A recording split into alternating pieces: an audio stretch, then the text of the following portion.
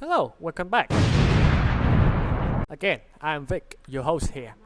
As I mentioned in the last video, this channel will cover every aspect of Dak Lak. To begin with, I will talk about the brief history of the Central Highland, which even many Vietnamese barely know about it. Without further ado, let us begin.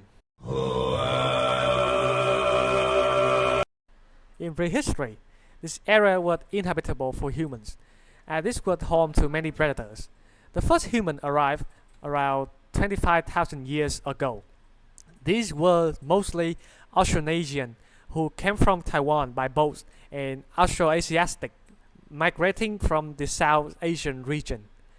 At this point, Central Highland became more and more populated, but it still did not belong to any nation until it was annexed by the Khmer Empire from year 802 to 1431.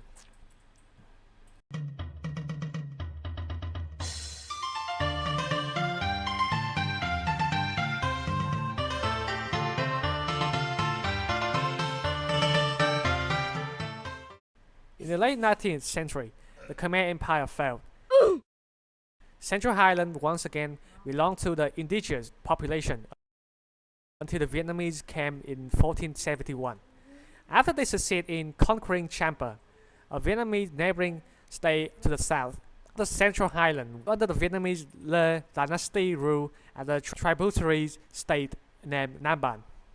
From then, the Central Highland was an unofficial part of Vietnam for more than 4 centuries until Minh Mạc, a Nguyen dynasty's king consolidated Nam Ban into Vietnamese territory in the 19th century.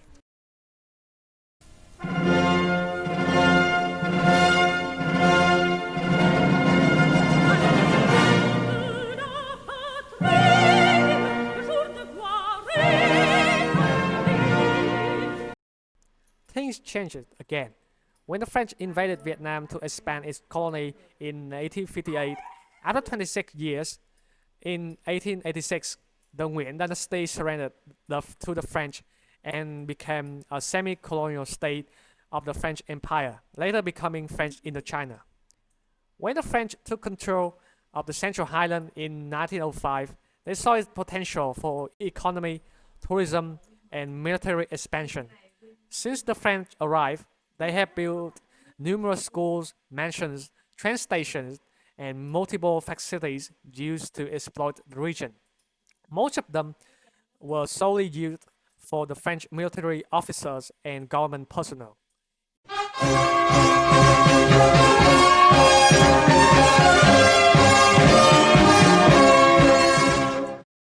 In 1945, the August Revolution led by Viet Minh succeeded in kicking the French and the Japanese, who entered Indochina in 1940s during the World War II, out of Vietnam.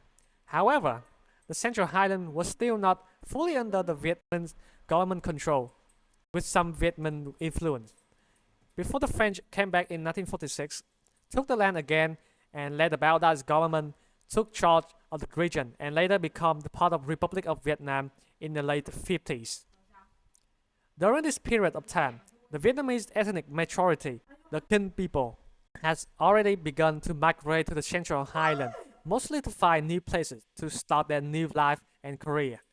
This led to tension between the Vietnamese and the native people, which had continued until today. In 1975, the Republic of Vietnam fell and the Vietnam War ended.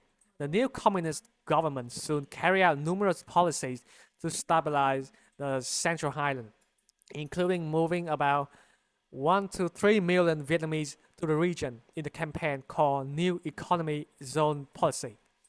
Later on, Central Highland has witnessed various changes in every aspect.